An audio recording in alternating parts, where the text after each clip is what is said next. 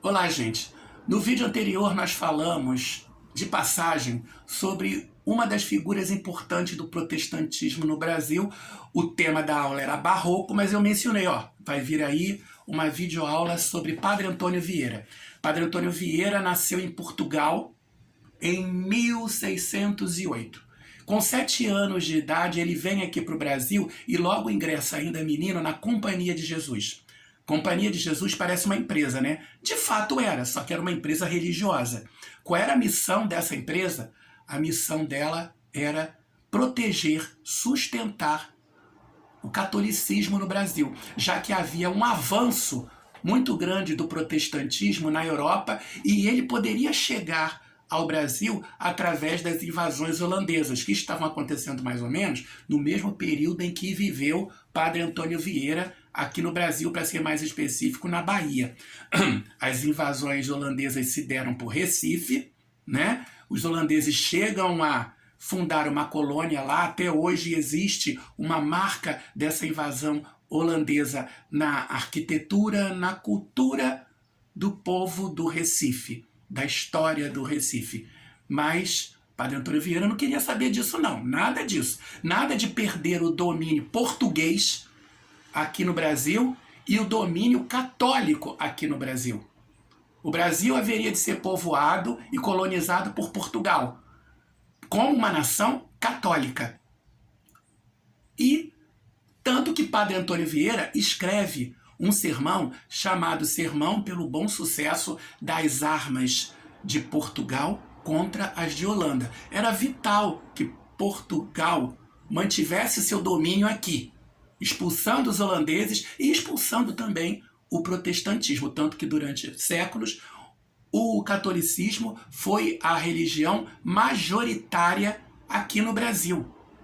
Eram muito poucas as pessoas que seguiam outro tipo de religião. Praticamente nenhuma outra vertente do catolicismo, eram poucos os protestantes e havia, claro, as pessoas que seguiam religiões de matriz africana, mas que também eram perseguidas por causa disso, perseguidas pelo catolicismo, e o catolicismo era tido principalmente durante o Império como a religião oficial do país. Isso termina quando é proclamada a República e o Brasil deixa de ter uma religião oficial, o que não quer dizer que a maioria do povo deixou de ser católico, só não era mais oficial. Não havia uma ligação direta entre o governo e a igreja, ou qualquer forma de religião. Entenderam? Então, Padre Antônio Vieira, ele foi, na sua obra, através dos seus sermões que ficaram aí, muita coisa dele se perdeu, mas esse sermão pelo bom sucesso das armas de Portugal contra as de Holanda, ele é marcante e, inclusive, ele é uma peça de oratória argumentativa fundamental. O que é um sermão?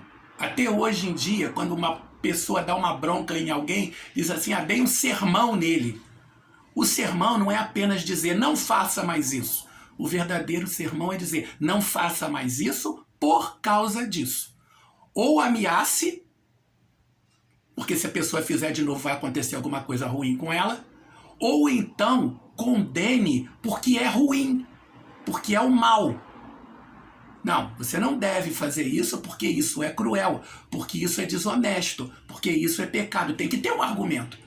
Esse é o verdadeiro sermão. Ele é uma peça de convencimento, uma peça argumentativa. E Padre Antônio Vieira era um mestre da oratória, da escrita, né? Ele próprio lia os seus sermões durante as missas, os sermões que ele próprio escrevia, e eram peças de oratória muito longas, né? Que nem todo mundo que estava na igreja conseguia entender. Mas por que as pessoas tinham que ler? Não, tinham que ouvir. Mas uma coisa é você ouvir, outra coisa é você entender. Principalmente quando os argumentos são muito sofisticados. E eram. Padre Antônio Vieira era muito culto, né? E ele defendia posições políticas, como esta, por exemplo, né? Defender o mando português no Brasil e não permitir a invasão holandesa, rechaçar a invasão holandesa. Mas ele também defendia os judeus. Tá? Ele defendia que os judeus eram filhos de Deus também, que ainda não tinham chegado a alcançar a graça cristã, mas tinham que ser respeitados, tinham que ser protegidos e não atacados. Então, com isso, ele arrumou muita briga, tá? Outra coisa que ele defendia também com muita veemência eram os indígenas. Porque os indígenas, que eram os donos originais da terra, eles não eram muito suscetíveis à escravidão. A primeira coisa que os portugueses quiseram fazer quando chegaram ao Brasil, opa, tem um monte de gente pelada aí dando sopa, vamos fazer eles trabalharem para nós, de graça, vamos escravizar esse povo todo. Não deu certo. Não deu certo porque os portugueses, os indígenas, eles tinham uma ligação com a terra muito forte e com a sua maneira de viver. A terra sempre deu ao indígena tudo aquilo de que ele precisava para sobreviver. E ele só precisava de comida e um canto para sobreviver com tranquilidade, na paz. Ele não precisava de sofisticação. Na cabeça do indígena, não era necessário produzir agora para guardar para a velhice, como a gente faz.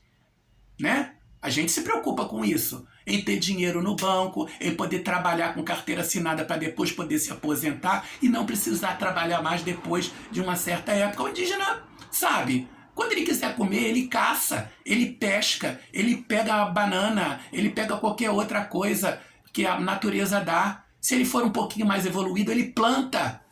Ele planta a fruta da vez, o legume da vez. Ele não precisa se preocupar com isso. E aí, por causa disso, os índios eram rechaçados. Não serve para escravidão, não? Então vai para o diabo que o carregue. Sai daqui da minha frente. E o indígena perdia sua própria terra.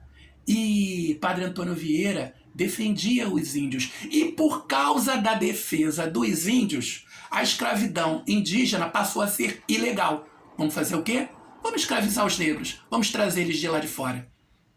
Entendeu como é que funciona? Leiam o texto. Respondam as perguntas, não deixem de responder às chamadas. Grande abraço.